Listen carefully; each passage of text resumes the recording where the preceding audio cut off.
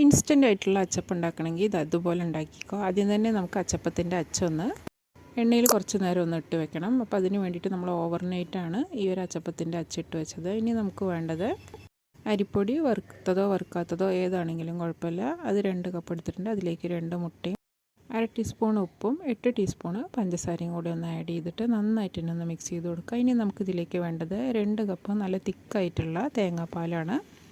തേങ്ങാപ്പാലില്ലെങ്കിൽ നമ്മൾ നോർമൽ പശുവിൻ്റെ പാലാണെങ്കിലും കുഴപ്പമൊന്നുമില്ല. പാക്കറ്റ് പാൽ അത് 2 കപ്പ് ഒഴിച്ച് കൊടുത്താലും മതി. അപ്പോൾ നമ്മൾ കുറച്ചായിട്ട് ഇതുപോലെ മിക്സ് ചെയ്തിട്ട് കട്ട കെട്ടാത്ത രീതിയിൽ ഇതുപോലെ മിക്സ് ചെയ്ത് കൊടുക്കുന്നുണ്ട്. ഇനി നമുക്ക് 1/2 ഗ്ലാസ് ആ ഒരു കപ്പിൽ തന്നെ 1/2 കപ്പ് വെള്ളം കൂടി ഒഴിച്ചിട്ട് നന്നായിട്ട് ഇതൊന്ന് മിക്സ് ചെയ്ത് കൊടുക്കുക.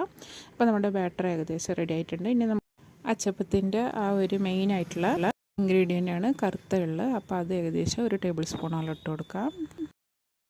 ആ ഒരു കറുത്ത വെള്ളം കൂടി ഇട്ടിട്ട് നന്നായിട്ട് ഇതൊന്ന് മിക്സ് ചെയ്തെടുത്താൽ നമ്മുടെ അച്ചപ്പത്തിൻ്റെ ബാറ്റർ റെഡി ആയിട്ടുണ്ട്. നമുക്ക് തലേദിവസം ഒന്ന് കുതിർക്കാൻ വെച്ചിരുന്ന ആ ഒരു അച്ചപ്പത്തിൻ്റെ അച്ചിലുള്ള ആ ഒരു എണ്ണ നമുക്കൊന്ന് നല്ല കട്ടിയുള്ള ഒരു കടായിലേക്ക് ഒഴിച്ചിട്ട് ചൂടാക്കിയെടുക്കാം. ആ ഒരു നമുക്കതിലേക്കൊന്ന് ഇട്ടിട്ട് നന്നായി ചൂടായ ശേഷം വേണം മാവിൽ ഇതുപോലെ ഡിപ്പ് ചെയ്തിട്ട് എണ്ണയിലേക്ക് ഒന്ന് ഇട്ട് കൊടുക്കാൻ വേണ്ടിയിട്ട്. അപ്പോൾ നമുക്കത് കറക്റ്റായിട്ട് നമ്മുടെ അച്ചപ്പം റെഡിയായി വരും.